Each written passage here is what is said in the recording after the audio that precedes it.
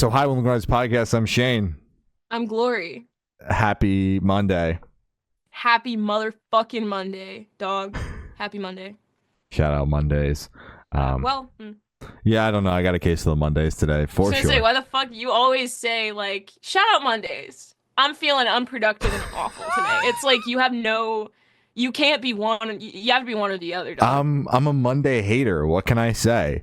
So then don't shout out I gotta be, I like all the days, a beautiful life we live, 7 days a week. Whatever. The days are important. Did you go to any shows this week, Shane? did you go to any Dude, of course I did. Okay. Yeah, no, I'm just trying to, I don't want to hurt Monday's feelings. I'll let Monday know. Thank you. If you could text them for me, that'd be much appreciated. When I get a minute, I can try to text Monday. I don't, I'm busy. They're busy. Yeah. Yeah. All right, man. Thank you. Mm-hmm. Yeah, yeah, I did finally go to a show. I've been absolutely jonesing over here to go to one, so I finally did. Yesterday, I went and saw Pink Shift, Jigsaw Youth, Pollyanna, and Ultralight in a Mexican restaurant in the middle of New Brunswick, and it was honestly pretty dope. They stuffed a lot. I haven't heard anything about this. No, I wasn't telling Glory about this at all beforehand. They definitely stuffed way too many people into this Mexican restaurant. I was talking to someone on the way there that had played there, and he was like, "Oh man, when they sell that many tickets, they put it outside." I'm like, "Okay, it is February, but I guess it's not too cold out. Temperature. Yeah, not too bad. Body heat. Yeah. Yeah, everyone crowded together. Yeah. Yeah, and then I get there, and Brandon's like, "Yeah, I don't know how they're going to fit all these people in there." Brandon from Pollyanna. And I'm like, what do you mean? There were a lot of people there, but it was honestly pretty badass. I don't typically go to shows like that. Typically go to like traditional venues. I've never been to a show inside of a restaurant, so that was a fun experience. Ultralight was cool. Pollyanna, the reason why I was there, fantastic as always. Ripped a new song off their upcoming record, which was fucking dope. They sounded great as always. Jigsaw Youth was fucking awesome. I've heard a lot about them because Pollyanna are big fans and friends of theirs. I've heard lots about the band, and they fucking ripped. They had that room moving. I don't know how, because we were shoulder to shoulder. I was pushed up against the tables, but they had people moving. That show got crazy. It was crazy, man. And then Pink Shift was great as always. They played a few songs off their upcoming record that they just finished recording, and it's sounding good. It's sounding heavy, which is awesome. But heavy. Yeah, overall it was a very solid show. I'm glad I finally got out of the house and went to a rock gig. That was good for me. Good for you. Yeah, man. Good Thanks. Yeah. Tomorrow I got Catch Your Breath, The Funeral Portrait, Archers, and If Not For Me in the beautiful, wonderful city of Philadelphia. And then next Sunday I got Make Them Suffer, Like Moss to Flames, Wind Waker, and Aviana. And Wind Waker! Yeah, and then that... I'm gonna lose my shit. Me too. And then that Monday after that show, I got Fox Teeth, which is very exciting. So that's in the short term, which is great because they were so far away not that long ago, and now they're going to be here before you know it, and I can't fucking wait. We have a bunch of new music to chat about today. Lots of albums. So many. I didn't realize how many it was until I sat down and looked over the list. And the 4-hour playlist. Yeah, and I was like, God damn, there's a lot of records that came out this week. Kicking it off here with Silverstein. They dropped their new record, Anti-Bloom. This is the first half of the double album that they will be dropping the second half later on in the year, celebrating 25 years of the band, which is wild. I did not realize Silverstein was that aged.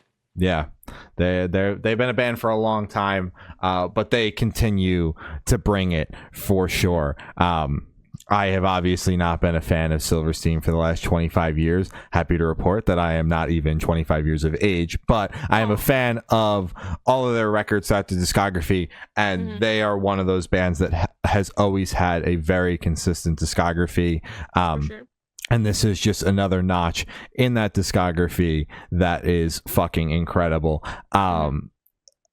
Love the way it opens with Mercy Mercy, smacks you right in the face. One thing across the board that I noticed with the singles is all of the singles were very much in your face, typical Silverstein, what you get, post-hardcore. Love that side of them. But the album, the remaining tracks play a little bit more with that softer side of Silverstein, where they're not so in your face, which initially on first listen I was like, yeah, I don't know about this, because like you can't tell me the singles being Don't Let Me Get Too Low, Confession, and Skin and Bones, and then Cherry Coke being on the record. I'm like, what the fuck? Is this the same album? Did someone fuck up? Yeah. But it's they always have walked that balance, that line, and they do it flawlessly again on this record. Overall, huge fan of this. My favorites, Don't Get Too Low, honestly all of the singles, but also honestly every track. Yes, but special shout out to Stress. I've been digging that one a lot as well. But I'm stoked on this record. I wish it was longer, but I understand there's a second half coming, because there are only 8 tracks and it almost felt like an EP, even though we're calling it an album. It's the first half of double album. But it left me wanting more, which I think was the intention. And I'm very excited to hear the second half of this later on in the year.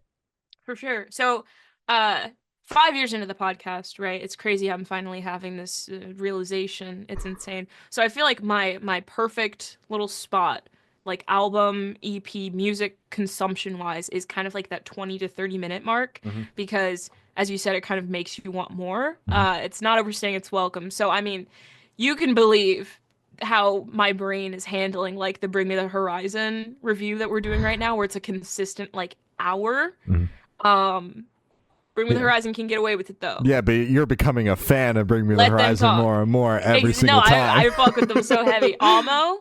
Come on. Okay. So, actually, indifferent. So, this album, as I said, is kind of, it falls into that perfect little box for me. I mean, it's like 22 minutes long, 22 minutes, 51 seconds.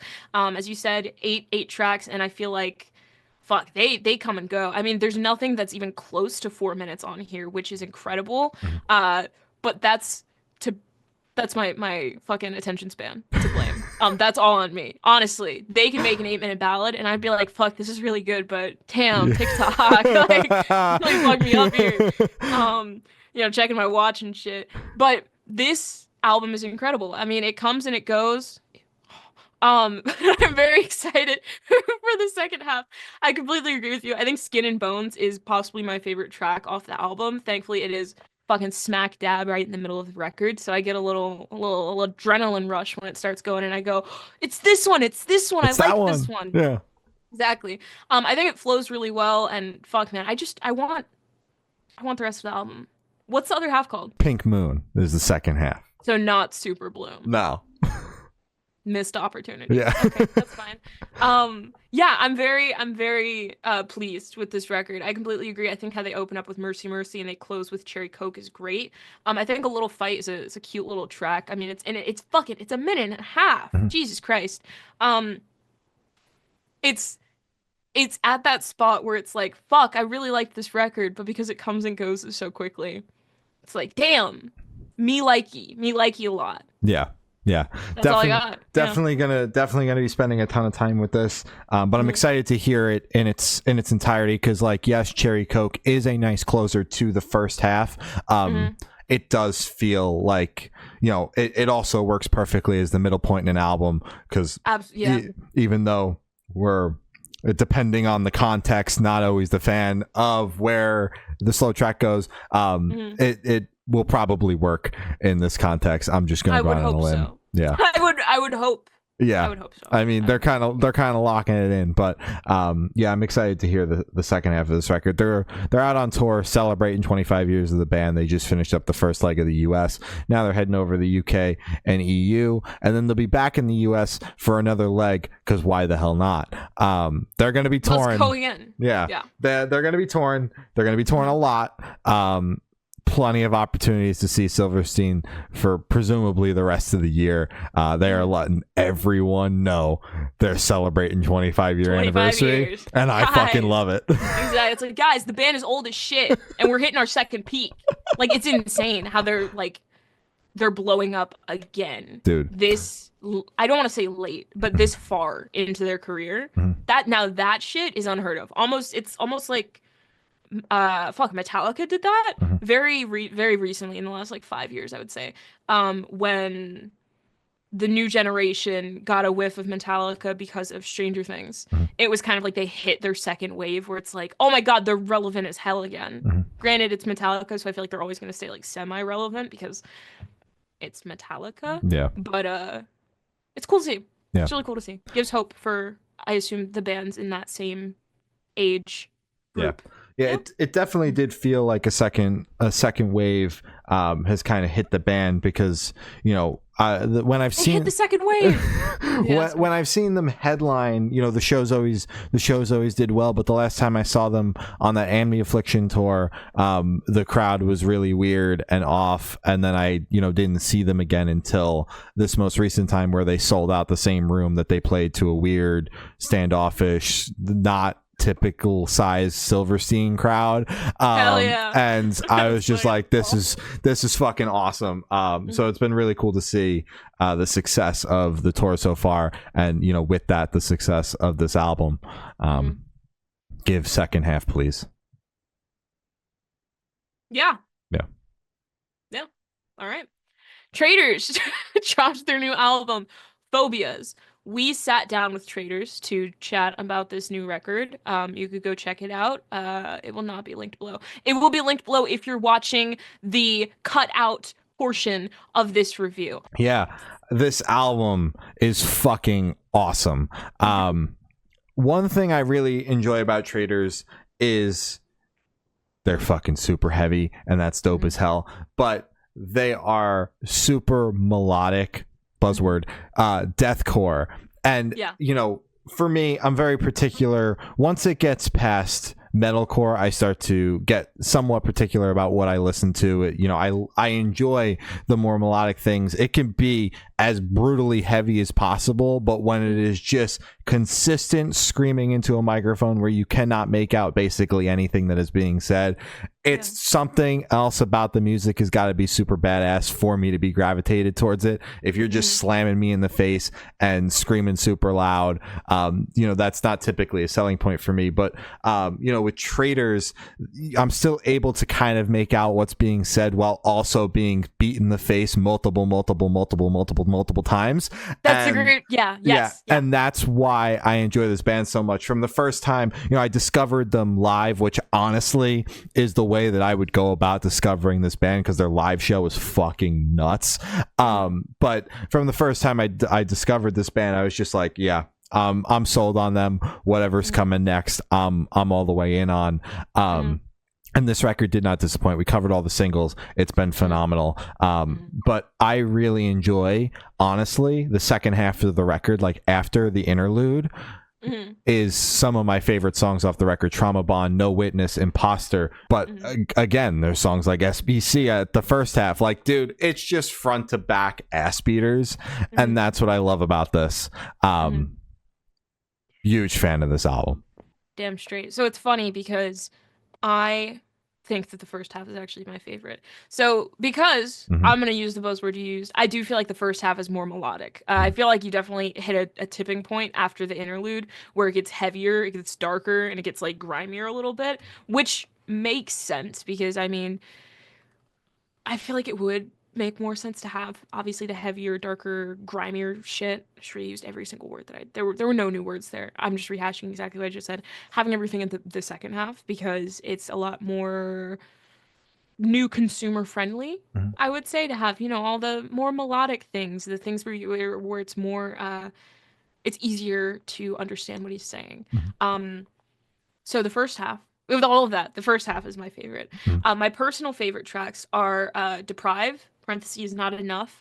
I also really like Release and Break. Both of those tracks are fucking awesome. The riffs are fucking crazy. And as you mentioned, the mega plus is that, yes, he is like screaming his head off. And yes, it is kind of like punching you, almost like gnawing you in the face, actually. I'll involve some teeth there. It's gnawing you in the face. But it is still, you can still understand what he's saying, and it's still very cohesive, and it's not offensive to listen to, but it's like just offensive enough where you feel fucking angry, Mhm. you know Yeah. so it ticks that box for me, where it's like, yeah, I could sing along to this, scream along to this at a show, Mhm. but I also don't have to if I don't want to, because it's fucking heavy as shit, and I'm probably gonna damage my vocal cords if I try to, Yeah. it's good. Yeah. So yeah, big fan of this record. They're going on tour, headlining across the U.S. Stacked lineup over there.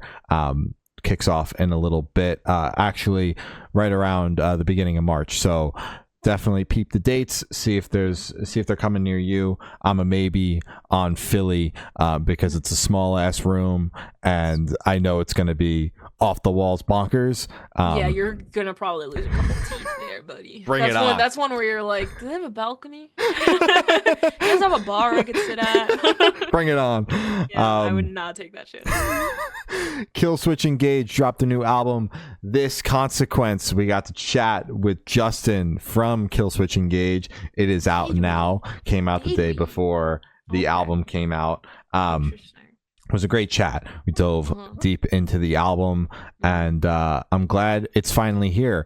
Killswitch Engage is one of those pillars of metalcore, and it's honestly been a bummer that for the entire time we've done this, there has been nothing to talk about. So it's about time that there was finally a record for us to chat about, because they are one of those pillars, one of those gateway bands. It just makes sense, and it feels like it's closing a loop in a way for us to finally have a Killswitch Engaged record to chat about. Not a ton of singles with this album, which I'm excited to see a band break the mold, but I also understand the need to put out singles and play the Spotify algorithm, but they're a little bit further along in their career and don't necessarily have to do that, so I can respect not playing the game and allowing most of this record to be new and fresh when it comes out for the listeners, because it was announced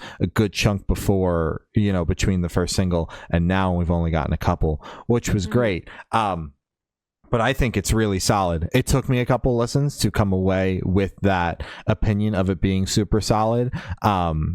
Just because it's weird. As much as I enjoyed the lack of familiarity, it then made me need to take more listens to it to formulate a full opinion on it, because there weren't 5 monkey branches on the album for me to swing between that I knew already. So you didn't have the buoys. You didn't have the buoys. Use our thing that we made. Yeah. I love the way it opens with Abandon Us.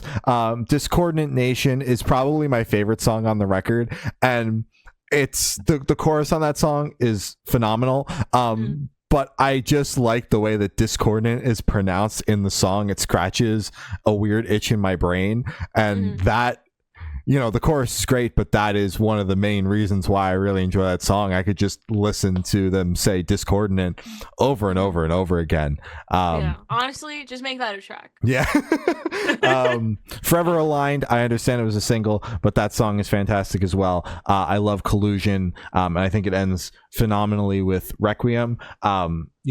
As we discussed in the interview, it's not that it took them several years to get this album together. It was solely a case of pandemic time, not being able to work on it. So they started to work on this only a couple years ago. But it is awesome to see them come back so strongly with such a long time away, because there is a decent amount of pressure riding when it's been that long between releases. and honestly, you know, the band started to kick up a little bit. You know, they did a little bit of touring when the pandemic first lifted, but largely, you know, they've been on the quieter side. So they're coming back with a vengeance, phenomenal record, and a shitload of touring to follow. So I'm stoked. Plenty of dates. Plenty of dates. So just pick one. Yeah. Literally, just take a dart and just. Yeah. It'll probably be near you. Yeah. Yeah, I completely agree and concur with everything. I do agree. I think it is kind of a full circle moment. I think that this is an incredible record. It didn't take multiple listens for me to kind of appreciate it, or I guess be able to have that sense of familiarity with everything, because we didn't have, you know, 4 to 5 singles leading up to it. We didn't have well, I'm not on fucking Octane, so I wouldn't know, honestly. Maybe they do have an Octane song on here, but it's like there wasn't kind of like that song where it's like, I know that one. Obviously, we know the single, familiar with that one enough, but it is easier for me to get into this record because I think I said it when the single came out, where it reminds me of Avenged Sevenfold. And I think that still stands. Not saying that they ripped or it's a 1-to-1 or wow, they sound like is this Avenged Sevenfold? But it's just kind of, it's that same era of rock. And what's great about this is that it is my favorite era of Avenged Sevenfold from I've heard the entire fucking discography, you know, so I do have a favorite era. Thank you. The Fallen, Awaken the Fallen. Thank you. And this sounds like Awaken the Fallen, which is incredible. I think it's more so kind of like the approach to the screams and the fucking kick drums in the back and just kind of how rapid everything feels when it's at its peak. That's what reminds me of kind of like younger Avenged Sevenfold. And because Avenged doesn't do that anymore because Matt knows how to scream properly now, this shit is like not being strained though. This shit's all natural, which is great. So that means you can keep doing it for longer, right? Because of that, it's like I'm able to enjoy this without going, damn, that's what fucked his voice up. I'm able to enjoy this like cruelty free almost, and it's fucking awesome. So record is incredible. Big fan of the sound. As I said, it's kind of like that nostalgic early 2000s kind of like rock metalcore vibe. Sign me up, please. It's that rock metalcore, but not Asking Alexandria, not Breaking Benjamin. Oh my God, not August Burns Red. That, you know, early 2000s. It's, as I said, kind of like the other side where it's kind of heavier on the rock end versus the metalcore end, but it still has, you know, the metalcore elements of fucking, we're gonna break breakdown right here and we're gonna scream our heads off instead of, fuck, my wife left me. You know, it's you know, it's the good shit. I think the Requiem is, personally, I think that's my favorite. I think it's an incredible closer. It has a crazy fucking scream in it. I'm pretty sure it starts the song, which is great. And I think it's a fucking crazy ass closer. I think it's a solid fucking record, and I think it's great to see that they're back. Fucking they came in swinging, and it's incredible to see that they're able to kind of just pick it back up like literally nothing fucking happened. Yeah, absolutely. Yeah. As I mentioned, they'll be touring a shitload. There's a U.S. tour already announced. There's overseas dates announced as well. So much going on. And as Justin said in the interview, more to follow. They will be hitting the road hard this year. He said, shh. Yeah. Though. So, shh. But more to follow. Yeah, more to follow. Sure. More to follow. Anxious dropped the new album, Bambi. Such a cute fucking name. I think this record's really solid. Seen a lot of hype around this release. We didn't cover the rollout, but saw lots of hype. Saw a lot of big publications praising this record. I believe we covered their debut record and probably botched the ever living hell out of it. I don't want to think about it. Yeah. But I've seen so many comments about, you know, how this is a step in the right direction and a phenomenal follow-up to that album. And I am 100% inclined to agree. I'm going to be honest. It takes a second for me getting into it to really, you know, get into the songs. I think that where the record really picks up is Some Girls and Counting Sheep are like the first like really solid tracks for me. just I don't know, never said and Bambi's theme are just still growing on me. But Some Girls and Counting Sheep, I found myself after only a listen singing along to those choruses. I think that that's where the songs really start to pop, because for me, I'm always looking for a big chorus and a big catchy chorus, and I think that those songs are where it begins on this album. There's so much of that throughout the rest of the record, but those are my top two favorites right now, because I was listening through the record again today, not really sure where my thoughts were, but knowing I had to develop something for this, I was like, I can't go in here and be like, yeah, I got nothing for you. And that was the I heard Some Girls, and towards the end I'm singing along and I'm like, there's my thoughts right there. Those are my thoughts. And then it continued, and then it continued to happen throughout the rest of the record. And I was like, all right, there we go. I found my thoughts on the album. If you have listened to this record, you are going to know what I'm about to say about Audrey Go Again. As I always say, about the placement of the slow songs, I just finished saying, Some Girls and Counting Sheep was where the album was starting to pick up for me, and then they slapped the slow song right there, right after that. So I'm not a fan of the placement of Audrey Go Again, going to be honest with you. I don't think it's a bad song, but for me, where the flow just started getting going, it kind of disrupts it for a second, but they pick it up with possibly my favorite song on the album, Head and Spine. Upon first listen, I was like, that song is fucking phenomenal, and I've continued to take that away with me. And then the rest of the album is fucking awesome. Tell Me Why and Sunder are some of my favorites as well. Big fan. Shout out Sunder. Yeah, big fan of this album. And I get it. I was reading the press clippings again, and now formulating a more concrete opinion. I was like, yeah, all of these big publications are right. This record is phenomenal, and more people should be talking about this band. Absolutely. I want to really shout out how it's mixed and kind of like the levels of everything. Those fucking drums. Can we get back to drums just being loud as shit, please? Because god damn it, I love a good cymbal. Like that shit crashing in my ear while someone's screaming next to that. That's life, man. It does not get better than that. That's this record in a nutshell, basically. It's just loud fucking drums, screaming ass vocals, but catchy ass choruses, still pop elements mixed in there.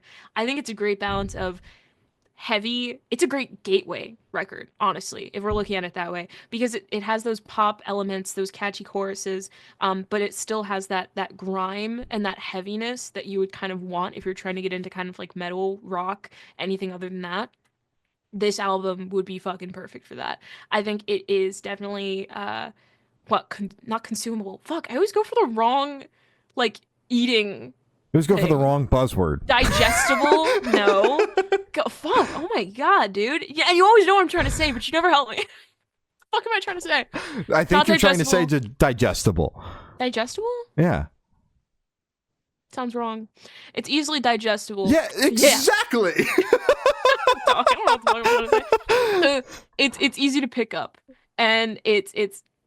I'm pivoting. All right, man. I'm pivoting. I'm losing my fucking thread, dog. I don't know where I'm supposed to go with this. I don't know how else I'm supposed to convey this.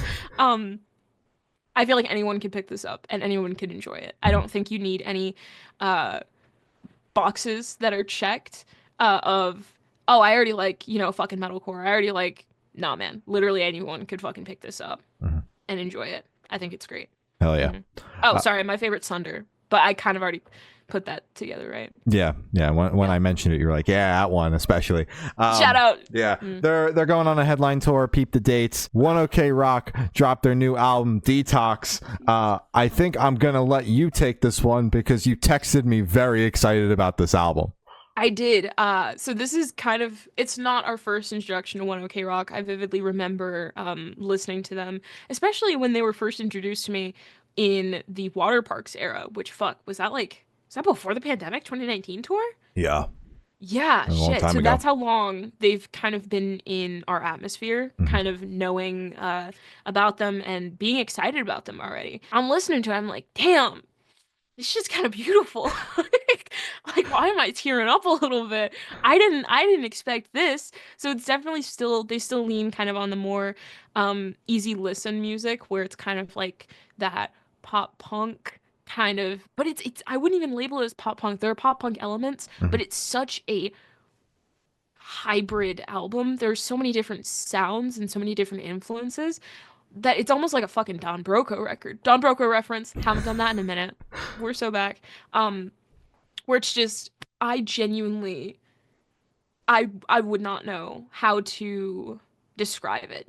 It's kind of like Under Oath, as we were saying in the last episode, where it's kind of like they're always doing something. What is Under Oath? What genre is Under Oath? They're Under Oath. You never know what to fucking expect, but it's going to be good. That's the same with this record. My personal favorites, I really like the second half. So I think Plus Matter is incredible. I think Curiosity is also fucking great. And I think the pilot with a little broken, sad little broken heart is also incredible. As I said, not at all what I expected. But still, regardless, went fucking crazy. I loved it a lot. I really did. It's so hard to describe the sound though. Because it's just, there's so many different elements happening. If you like Don Broco, or if you like kind of like that, what is this sound? You'll like in the this a lot. alternative scene. Yeah, in the alternative circle Yeah. for sure. Yeah, I've always kind of put them in like the pop rock box, which is probably the most broad alternative-esque Oh my God, box is that it? you could put them in. It's just like alt. Like, what the yes. fuck is alt? Yes. You know? Because this band has always kind of done their own thing, which is something I've always appreciated and respected and enjoyed about this band. But this record also blew me the hell away. We didn't follow any sort of rollout for this. We were just like, I'm like, obviously we recognize the name. Fuck it. New album. Let's go for it. Oh, yeah. What the hell? Yeah, Sure. exactly. And from the first song, I was like, God damn, this album is incredible. Nasty. What a phenomenal opener. Jesus. And that song right was really there good. Yeah. basically solidified, because like I've watched this band over the last several years become this absolutely massive force. You know, they're obviously massive where they're from, but they are getting bigger everywhere else too. The tour they just put up with support from Stan Atlantic is in just insane rooms. Like they announced a show here in New Jersey playing the fucking Prudential Center, which is the arena in the state, and there's plenty of venues across that tour that are 5,000 cap and above, which is just absolutely nuts, because obviously they do arenas no problem in Japan, but around here it has been like, I'm just like, I woke up one morning, I'm like, since when is One OK Rock playing Prudential Center?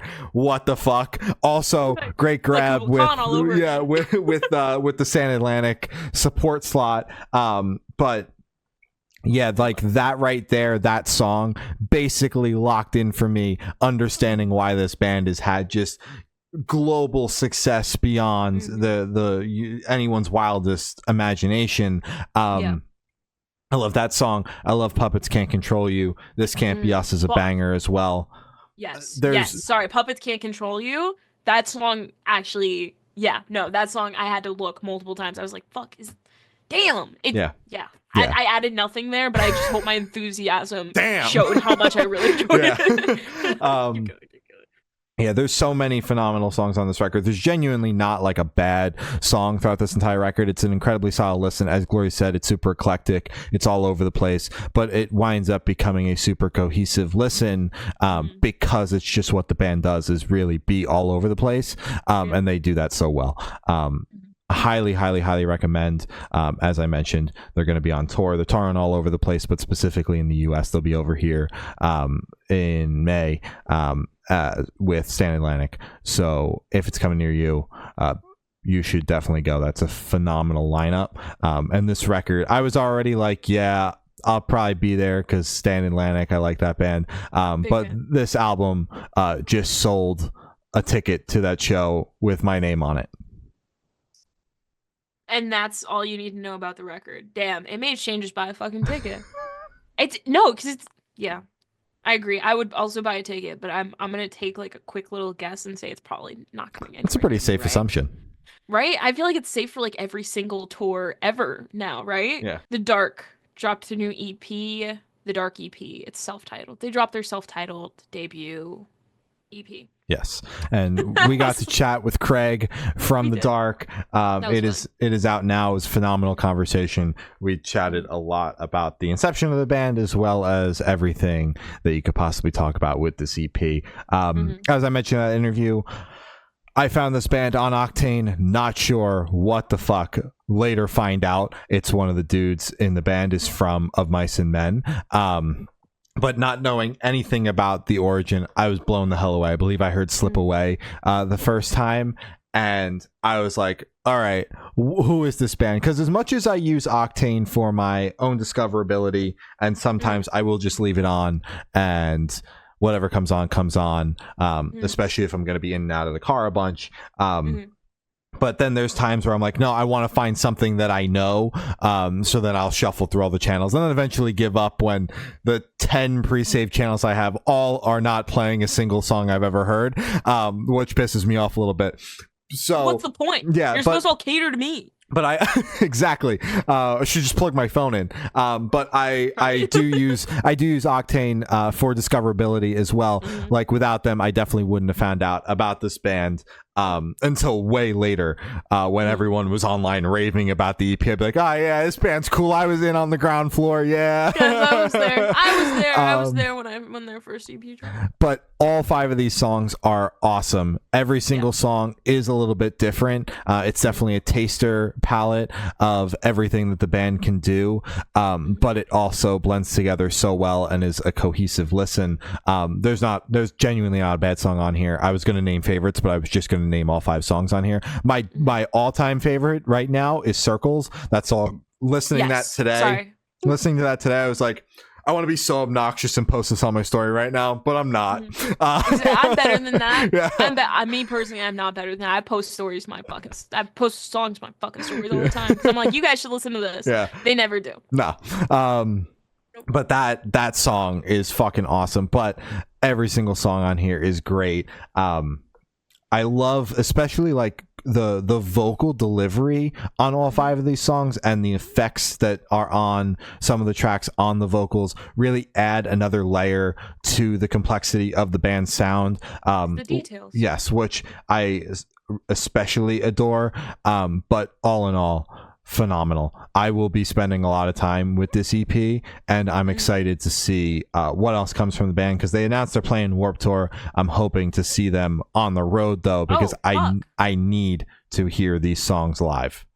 I missed that announcement. Well, I have not been on Instagram, so that makes sense. I think this EP is fucking incredible. As you mentioned, we had an incredible chat with Craig. I think it was awesome, and it definitely made me more excited to check out the EP when it was on streaming services, because it's one thing to listen to it preemptively, and then it's another thing when it's finally out and easily accessible. I think it is fucking awesome. Granted, 4 out of the 5 tracks were singles. I'm pretty sure we caught them on the tail end with the Circles was, I think, the single that was about to come out. In Heaven, There's Nothing to See, which is the newest track off of the EP. I think it's a great closer.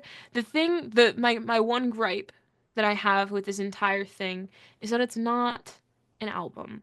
I understand having a debut EP, trying to test the waters, see what sounds people like, see if the band will survive the creation of an EP, see if you guys can, get on a fucking label or something. It's easy to pitch. I understand the marketing, everything behind it, but goddamn, guys, you knew you had something good. You knew you were fucking cooking. You could have given us like 3 or 4 more tracks, pull a fucking Silverstein. Say we'll be back later, Say just drop another half sometime soon, all right? And you should have done the volume 1, because that, it would have been a little corny, but at least we would have known that there was going to be a volume 2 and 3 next. Yeah. This one, I feel like I'm out in the open. I don't know what's going on. When are you guys coming back? I miss you already, My personal favorite is also Circles. I think it's fucking awesome. It's a horny ass song though, so proceed with caution. But granted, I'm also a fan of Thornhill. Yeah. And they major in horny fucking songs. So I mean, I feel like it kind of ties together. But anyways, incredible debut EP. I keep using incredible. Spectacular debut EP. Strong start. Excited about Warped Tour. That's an insane achievement this early into their career. Um, Very excited to see what else they can pull up. It should be a big year for them, so I would like to see a little bit more from them. Just Hell a yeah. little bit. Yeah, damn straight. Hell yeah. Movements dropped their new single, Where I Lay. I mean, Glory's becoming the resident Movements fan, so I'll pass this one off to her. Okay, movements. I love you. I'm slowly but surely making my way into your fandom. By fandom I mean a lot of your songs are making their way onto my playlist and it's catching me off guard. It's catching you off guard. It's scaring my parents. I don't know what the fuck to do. They are so fucking good. So this song in particularly, I think it's a great song, right? I've been listening to Afraid to Die, obviously Daylily, Colorblind, a lot of their bigger tracks, but it's starting to kind of get into the deeper cuts more recently. And now that they're starting to, yes, I'm calling it. I don't know if it was announced. Again, I've been off of social media, so this is all blind guess. And if I'm right, call that a win. They're starting to roll out an album. Is that announced? Is that No. confirmed? No. I'm saying it's an album because the cover art for Afraid to Die has changed and it matches this one. They are not connected, they're not interlocked on Spotify, but they have the exact same theme, and that's making me think singles. These are bundled together. Album is coming. I think it's an incredible movement song. I mean, you know what you're gonna get with movements where it's just kind of like it's gonna be a little sad. It's gonna make you go, fuck. Is he okay? Because I feel that way every single time I listen to this sad man sing. He could be talking about like the happiest day of his life, and I'll be like, "Can we get a fucking wellness check or something?" Because it's just the way he delivers it, with kind of like the voice cracks and the strains. Um, it just feels like he's going through like the hardest moment of his life, but he's just singing through it, and I think that's incredible. Um, I'm a big fan of it. I love movements. I love I'm not afraid to die. I love where I lay, and I'm very excited to see this rollout happen. Hell yeah. Yeah, I mean, it's good old reliable movements. This is exactly what I expect when I see them on the playlist. Emotional ass pop punk. That's that, and that's what you Yeah. get every single time. They knocked it out of the park yet again. I'm always a fan of movements. They can take a happy song and still invoke weird sad emotions in me. I've been told that Daylily is not a depressing song. It's not supposed to be. It sure as shit makes me depressed as fuck, so that's what I mean. Yeah, you've seen me like see both sides of that song where it's like I got to do something crazy to myself to this song to I love this song so much, Mhm. you know? And that's movements, you know? They can either make you like the happiest ever or make you want to do something crazy to yourself. It's God, the versatility. Don't you love it? Shout out the versatility, but Hats yeah. off. Yeah, they're good old reliable for that. So this song's another home run in the movements world for sure. I'm stoked on it. Damn straight. A Day to Remember dropped their two new singles, Make It Make Sense and LeBron. Listen, I'm gonna Glory, start this off. you can be a No, hater, let me start but this just off. know you're wrong. I'm not wrong. I think the general public would agree with me when I say these songs fucking suck. I'm sorry. A Day to Remember, respect. Clear respect, right? Your last couple releases, I say like maybe your last 5 years of releases, I'll give you five, have been highly questionable, except the one with the car on the cover. Was that one? We were both talking Feedback. about how, yeah, feedback. That song was good. I had hope. The hope has been retracted. I'm now back into fuck. This band is so not good right now. They're in such a bad era, everything influence. They need to start over. They need a hiatus so they could come back and they could build and they could be better. Because right now they release a song called fucking LeBron. And it's You fire. know? And it's not fire, is the thing, Shane. It's not fire. If you're listening to it, you'll realize it's not fire. Hey man. It's it's so gimmicky. It's so corny. Man, I love LeBron as much as the next guy, right? It's LeBron. It's LeGoat, right? We get it. We get it. Awesome. This is such a grab into the NBA of, I feel like, them trying to get a little sign. You know how, like, Green Day was doing like fuck hockey or something? Whatever Green Day did in that fucking surf rock era, try to forget about it every day. But I feel like this is a Day to Remember's new thing where they're like, guys, we gotta get into fucking sports or else it's it. We gotta get a sports contract. So they're trying to get LeBron's attention. LeBron's gonna be like, whoa, I have a song named after me. Probably not new for him. So guys, you're starting with the wrong guy, man. Um, and I don't know. It feels like it's such a grab. And also it sucks. Yeah, That's my review. you're wrong. Make It Make Sense was just fine. It was just overshadowed by LeBron. I couldn't tell you what Make It Make Sense sounds like. I I saw LeBron in the queue and my anger just clouded everything, to be completely honest. I'm sure it's a great song. Yeah. Yeah. I'm a fan of these so far. I went out, they announced their upcoming record. It drops in a month, but if you like vinyl or CDs, it's out right now, which is an interesting marketing tactic to say the least. But I got my vinyl copy. I haven't heard the record yet, but I did go out and buy it with intentions of listening to it the same night that I bought the vinyl, and then I simply didn't. But I've actually been talking to some friends that are Day to Remember fans and everyone unanimously agrees that You're Welcome was a questionable record, to say the least. And I've been seeing nothing but people honestly stoked on this.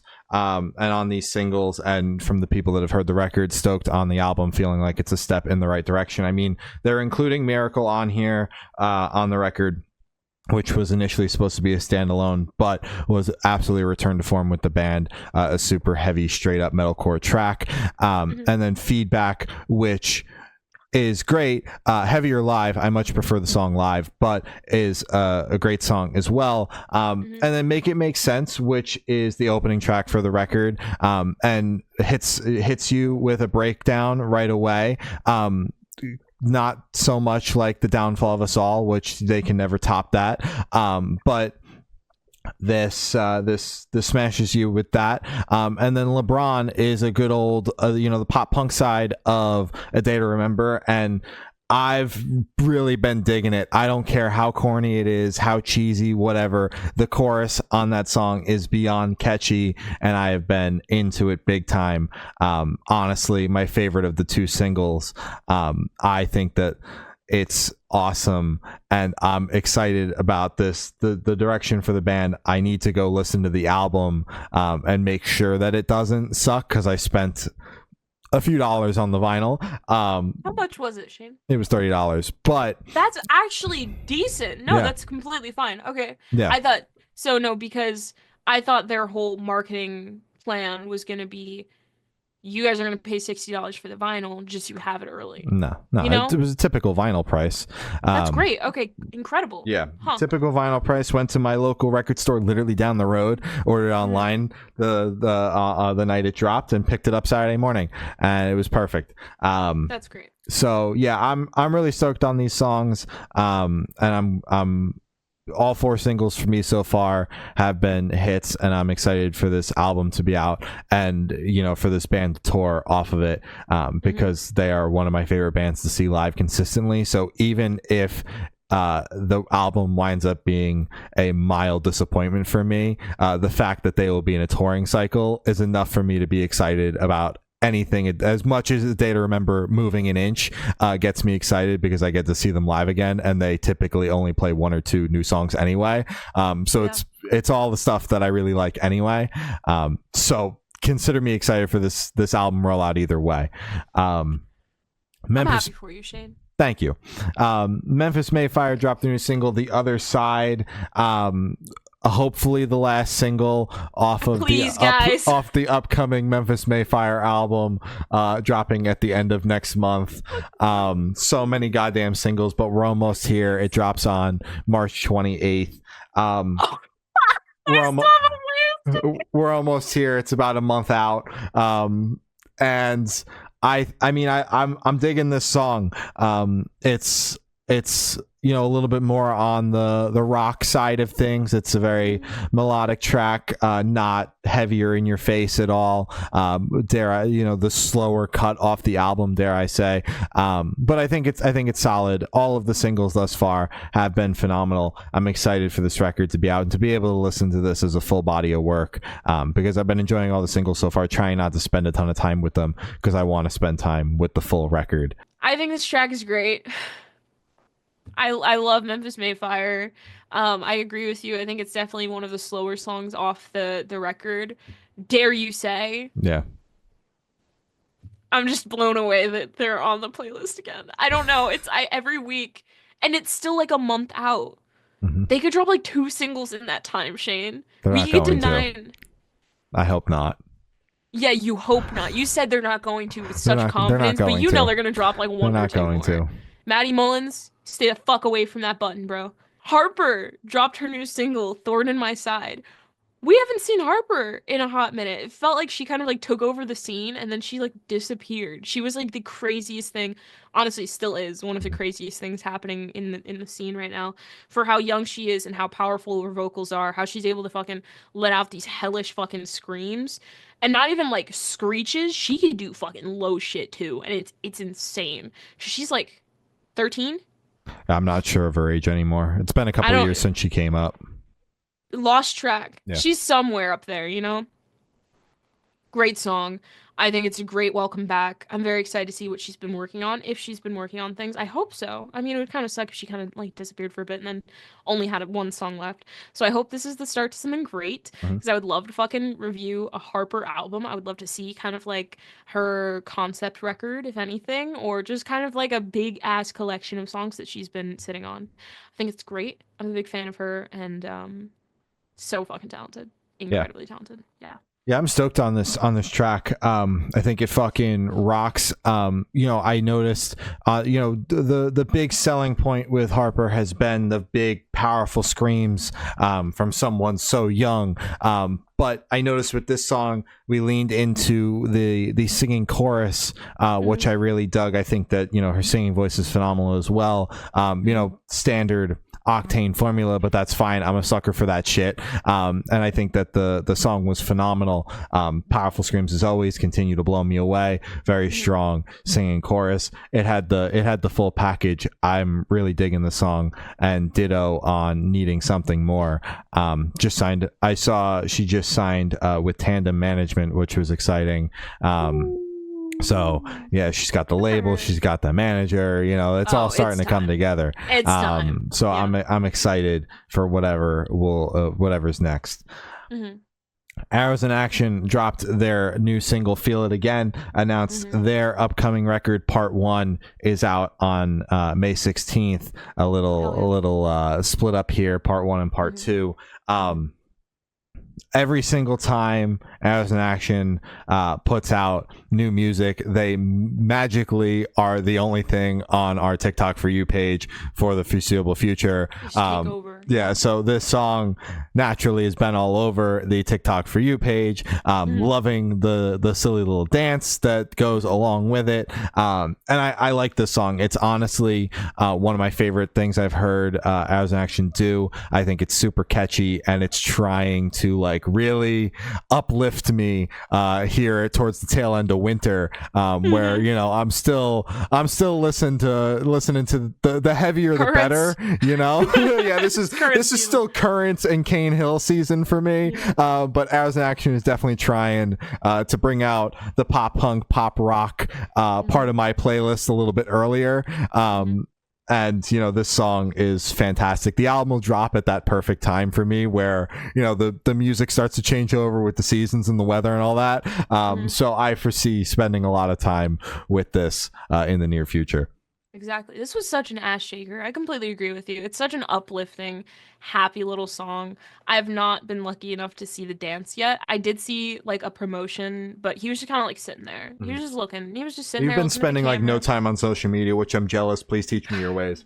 Dude, what I do you want to know what I do? I turn off all notifications and I remove it from my home screen. Literally it. And then I just forget about it. Sometimes, like, I had an hour-long drive this morning. I did go to Instagram. I was watching Pibble reels and I laughed. I was like, damn, I fucking love Instagram. I love reels. I love the algorithm. Ha! Yeah. And then I got off of it. And I went, guys, social media is so not good for you. And, so again, The yin and the you gotta yang. balance it. The Yeah. yin and the yang, right? Um, I love Arrows in Action. I think that they always kind of have that. I always kind of associate them with like beach. I don't know. It's something you would listen to kind of like middle of summer, which again, such a strange dropping time, but if you're starting a rollout to have it drop mid fucking or actually early summer, I guess, cuz summer begins in June. Um I think this is great. It's great timing. It's getting you nice and warm. It's getting nice and warmed up for the record. Mhm. I'm very excited. I'm very happy to hear that they have a record coming. I know it hasn't been that long. It's been the usual rollout time, Yeah. I think, probably 2 years. But it's always good to hear from them. And I'm very excited because I do enjoy this band a lot. They're good. They're really good live too. Yeah. Yeah. Yeah. Shout out Ears in Action. I think I've seen them like fucking 3 times live now. I don't even mean to. It's like you with Oxymorons. It's you've seen it like 8 times, dog. That's just Yeah. how. Anyways, okay. Knox dropped his new single "You Happened." God damn it, man. You know when a Knox song comes on and you're like, this shit is so it's like catchy, it's an ass shaker. It's like poppy, but it has a little bit of edge, and it just makes you go, God damn it, he fucking dropped again. And then you're just shaking your ass, and you're like, yeah, he dropped again. This shit's good. So and he never disappoints. I fucking loved it was like Treadmill. Mhm. Not the 1975 is still like one of my top songs of 2023 or something. Whenever honestly probably 2024 too. It's been there for a minute. He hit with that song. I don't know what he put in it, but Knox makes I think it's great music. Yeah. Sounds great. Hell yeah. Arrows in Action and Nox combo on the playlist was absolutely lethal. It's a tour. Yeah, it's a tour, but it's also it was an absolutely lethal combo for, as I just mentioned, Currents and Cane Hill type weather. Fight for your life, huh? Really trying to get me out of my shell, get me to stop dressing in all black. They were, as you can tell, unsuccessful today, but they definitely tried.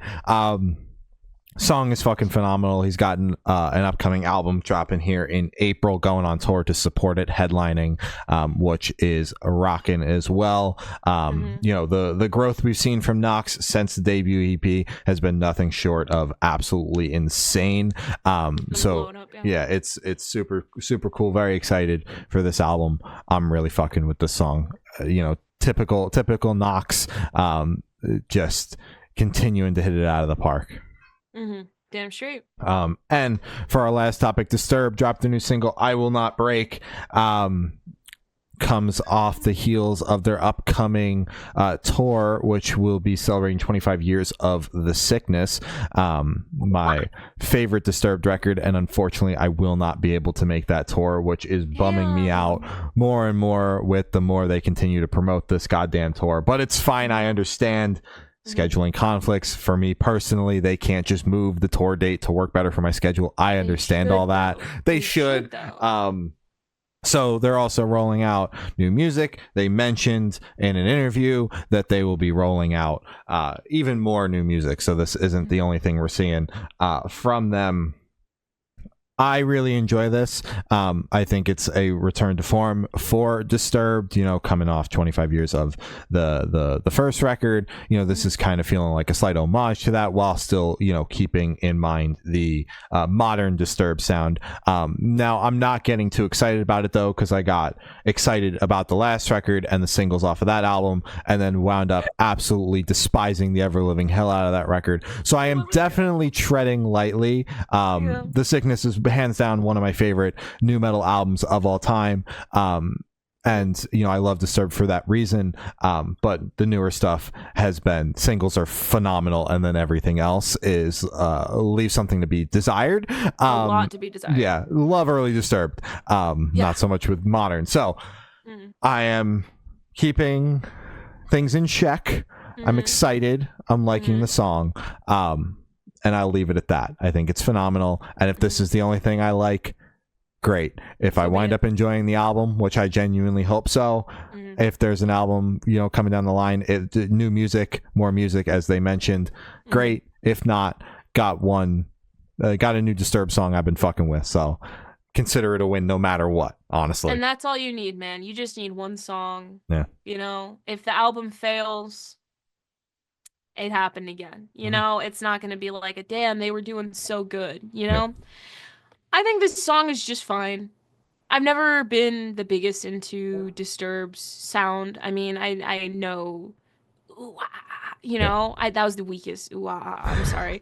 I know that one, and I think it's a great song, but honestly, just never really been into. Honestly, new metal in general has never really stuck with me. But especially kind of Disturbed, where it feels muddy. Always their sound, just how it's mixed. Just the vocal delivery. It's just never been my favorite personally. Cautiously Optimistic. I think the song was just okay. I didn't hate it. So that's a step in the right direction, you know? Yeah. But I do remember your disappointment with the record. I do remember that vivid. Now that you're bringing it up, I'm like, you were like really fucking excited. Yeah. And then you went, this is so bad. And I went, no, I told you.